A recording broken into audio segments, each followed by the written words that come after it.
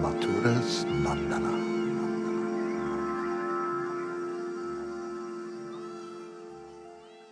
Okay.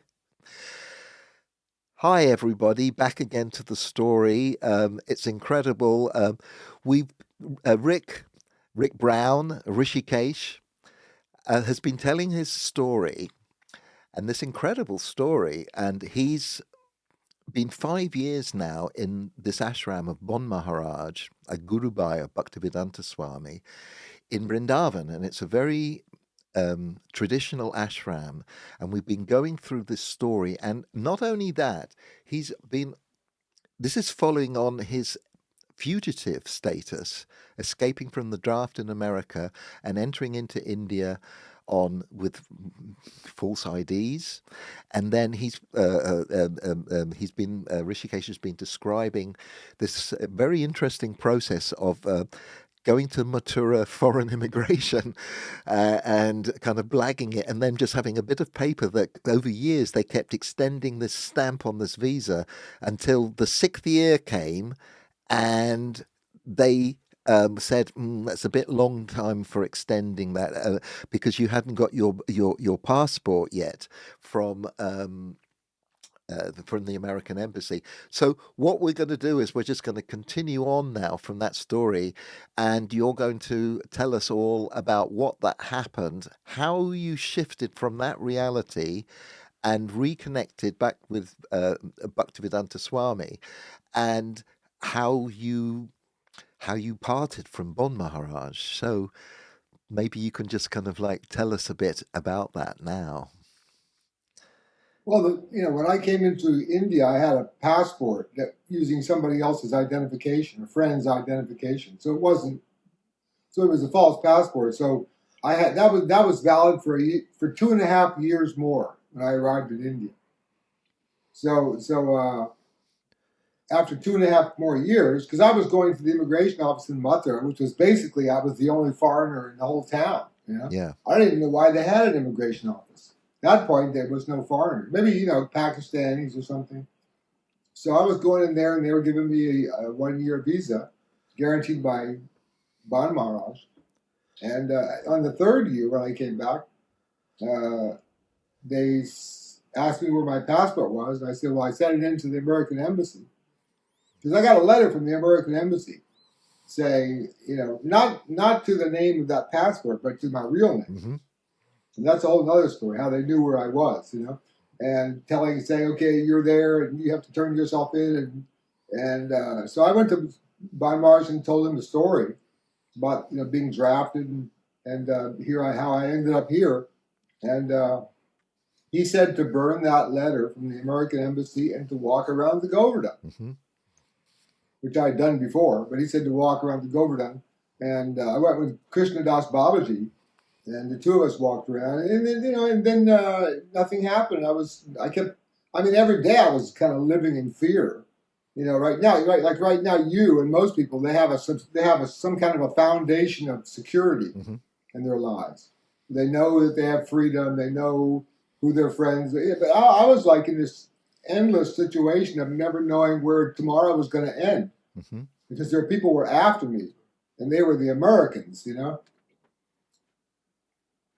And so it was scary. Really unnerving to be living constantly in fear of, if they get me tomorrow, they're going to send me back to some horrible place with a bunch of meat eaters and non-devotees and put me in a hellish situation. And every day you got that.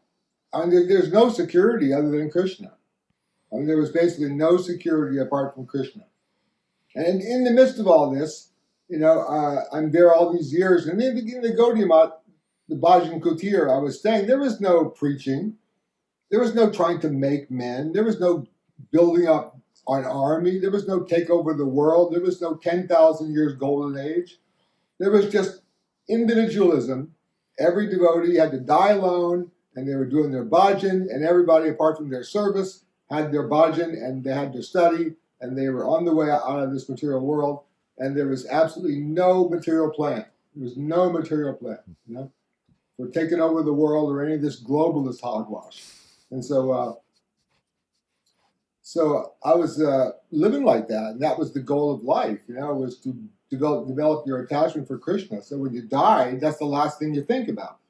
And so, but every once in a while I was getting people coming through. And after a few years, people started coming through Hare Krishna. People say, "Oh, Prabhupada says you're a traitor," and I'm like, "What are you talking about? Here I am in Vrindavan chanting Hare Krishna. How can I be a traitor?" Oh no, it's not about Krishna. It's about group identity or whatever. Americans, they just always like that. It's everything is group identity, physical identity. So they convinced me. They convinced me that I was doing the wrong thing. And so then I wrote to Prabhupada and asked him what I should do. And he told me, "Yeah, you can come back, but you have to come back in your original ashram. Give up your initiation from Bhan Maharaj and come back in your original status." And so that, okay, I'll do that. And so eventually I started hanging out with some of the devotees living in Ramanrati, and I was going over. But at this point, I was already secretary of the Institute of Oriental Philosophy. I'd become the associate editor of the magazine Indian Philosophy and Culture, and and I had done a lot of things to help his service of the Brijavasis. His whole thing was about educational things for the Brijavasis, so they wouldn't have to leave Braja to go get the secular education. And so, that was his thing, and the school and underground and all these things we did. So I'm okay. You've got to leave. The Swami Bhan's the worst guy in the world. And they were showing me letters where Prabhupada was saying, Bhan Maharaj is a snake, a black snake, I could not believe my eyes what I was reading. That any devotees would talk like this, because I never heard Bhan Maharaj ever say that, ever, anything like that. But you did tell me that Prabhupada had been writing letters to you and Bon Maharaj hadn't showed you. So there were Right. so the kind of community there's kind of is a raison d'etre. It's interesting because this story about you and the mythology of you and this has kind of spread amongst certain circles. So it's kind of good to know the ingredients that Prabhupada was writing to you, but the Bon Maharaj, so you didn't know about that. You were you didn't have that communication coming. So there was some confusion in the communication, and okay, so carry on. Bhan Maharaj never criticized Prabhupada. He never said anything. He just said that institution, as he could see what was going on with the girls and guys and everybody mixed together, and the back to Godheads were coming. It looked like a some kind of a gypsy party, And he's like, this is absolutely not suitable for your advancement. This is a hippie thing. He was right. He was absolutely right. I'm sorry to say, he was absolutely right. And but as you just said earlier, that was his concern. Yeah. His concern was that if you get back with those people, you're done for, because that's a bunch of hippies. Yeah. He didn't say about Prabhupada's this and Prabhupada's that. He just said he got over there and got involved with all these crazy hippies, and this. What else can you do? So it was never any put down of Prabhupada. But Prabhupada had this huge put down of Bhan Maharaj. Huge personal. He kept saying, Bhan Maharaj is jealous and envious. I'm thinking, man, I just couldn't. It almost seemed like Prabhupada had been jealous and envious of Bhan Maharaj his whole life. That's what it seemed like to me. Okay.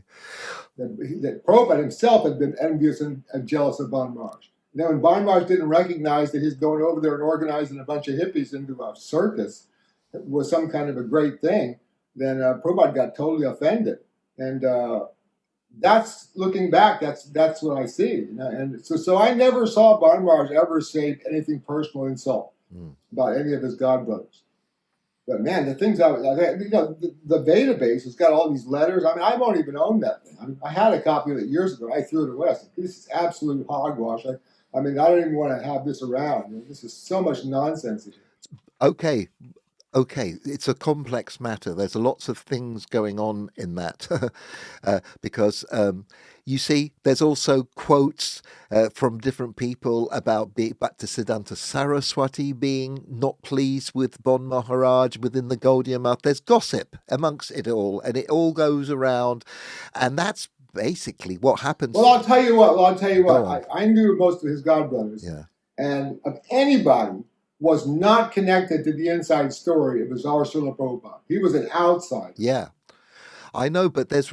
He heard the gossip. He didn't. He wasn't. He heard the gossip. Mm, He was not an inside guy, mm, and that's why when he went to America to do what he was ended up doing, nobody in the Gaudiya thought that one of our gurus is going there to India, America.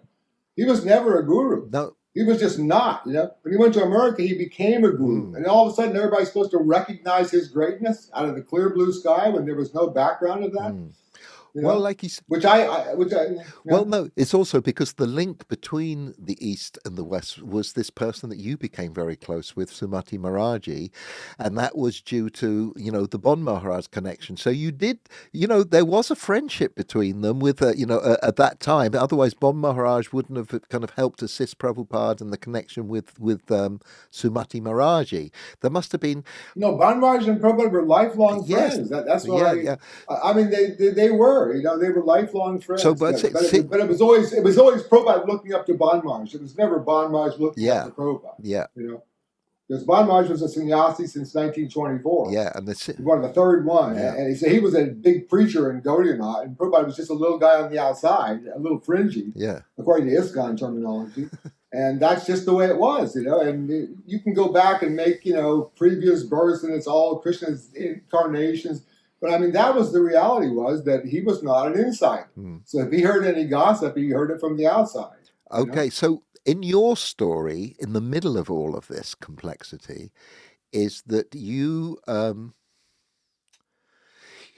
decide at this time that through meeting other foreigners that maybe that you should connect back with Prabhupada, and you started writing to him personally, and then you started to receive letters from Prabhupada personally at that time. They actually came to you when you were corresponding to Prabhupada. Yes. Okay, so. Well, I think somebody brought it. Somebody brought it. Okay, okay. So this time you actually got the responses from Prabhupada, so there was an exchange. So when you finally decided, okay, I am going to go, and you told Bon Maharaj, maybe you want to explain what happened in that, because that must have been a really, really a difficult thing, and I mean, in your mind, it must have been. I mean, what was going through your mind? Because, like you said, your visa thing had run its course, and you also mentioned earlier that the reason you found out later that the American embassy knew where you were was because of John Peel's wife, who had they'd divorced, and she had a bit of a gripe against him, and so she wanted to tell. So that's how the American embassy knew where you were. Okay. Right, Okay. right, So right. now you've got this kind of visa thing that's happening. It's kind of done its course. You've got the Western devotees kind of trying to tell you to go back, and you're writing to Prabhupada, and so there's this it's a kind of a cusp between two different big chapters in your life. This appear. And there was also something going on, because I had met all these big people in India. Yeah. Gajendra Gadkar, who was the chairman of the Law Commission, B.B. Giri, the president, all these big people. I mean, huge people. And so I'm all the time thinking, what am I going to do to save myself from this crazy America? Mm. And the only thing I could think of was if I can get citizenship. I could explain to them, that I'm here in this situation, and can I have Indian citizenship, protect me from these lunatic Americans, Mm. And so I did apply for Indian citizenship. Okay. And I had Gajendra Gadkar, who's a huge guy back then. He was the chairman of the Law Commission, one of my guarantors, and another guy, and Bon Mars, and the only thing I couldn't do was go to the embassy and tell them about it, because the whole problem was I was who I was, but the documentation I'd come in on was not me. Mm. And I could explain that to them, but I never got around to that, because at the same time all this is coming to a head, I'm also getting polluted by all this bad association.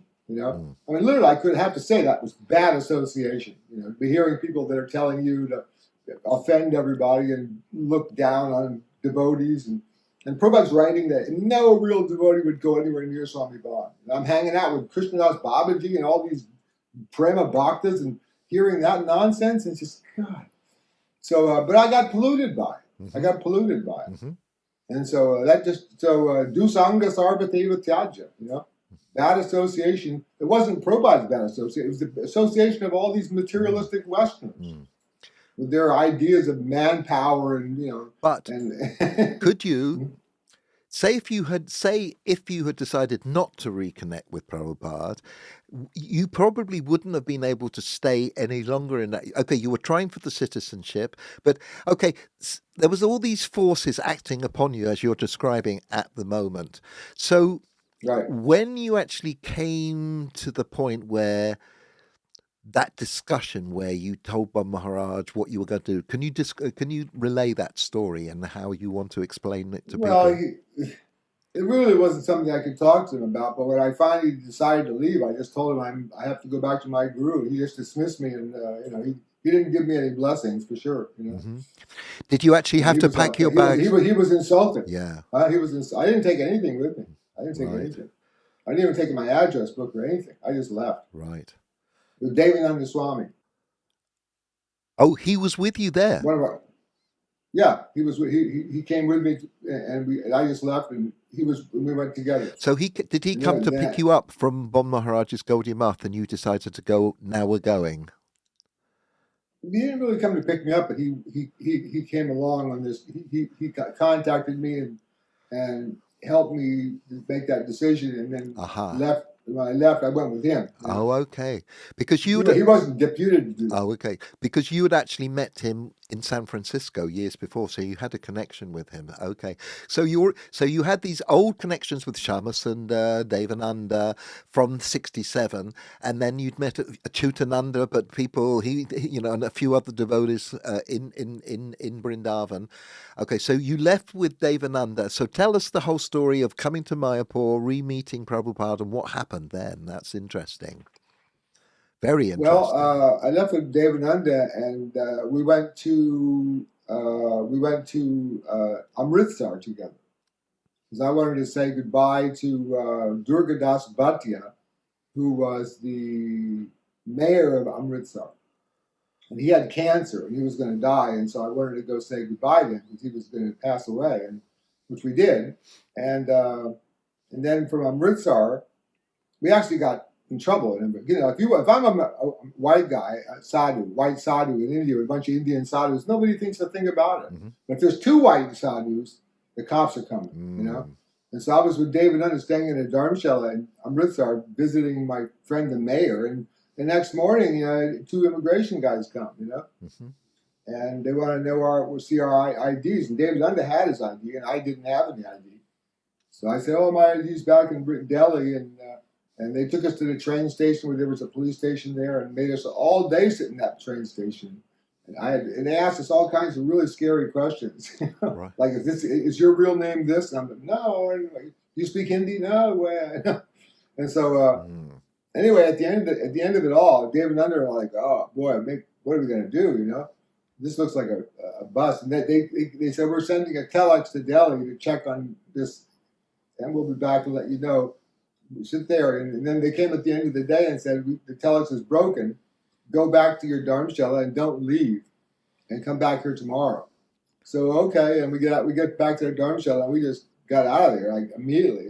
Took a bus, got a local bus to another place, and took a bus to another place, then took a train, and then we went to Nemisaranya. Mm-hmm. I've been there. Yeah, it's lovely. And then we went to Haridwar and Rishikesh and Saptarishi, and we went to a bunch of places. And then when we came back, we got on a train and went to Mayapur, and Via Calcutta. Via Calcutta. yeah, by Calcutta. We didn't stay in Calcutta. We just took the train to went to Mayapur from wherever the train got off, and I went to see Prabhupada. It was in the afternoon, and he was upstairs in his room, and came in and offered my obeisances, and I called him Guru Dev because I didn't have any idea what this Prabhupada thing was, because there was no question Prabhupada was only Bhakti Siddhanta, and the very idea that anybody else would be that was almost unthinkable. Mm-hmm. At least that was the feeling in the Gaudiya Math. Mm-hmm. You know, even though now I can say, listen, that just shows you how, Mm-hmm. you know, the least of the disciples of Bhakti Siddhanta in terms of the old days became the one that deserved that title and received that title by Krishna's arrangement. And that's really, really interesting. Yeah, you know? it is. That the guy who was the least of them should become the one that gets that title based on merit, you know? Yeah. Because at the end of the day, he did more than any of them did, you know? And so that's, and he also did things they couldn't have done, like, you know, argue with scientists and argue with educators, all kinds of things that these godlers didn't have a clue about. Deal with hippies, deal with business, deal with everything. It's unbelievable. Yeah. Matura's Nandana.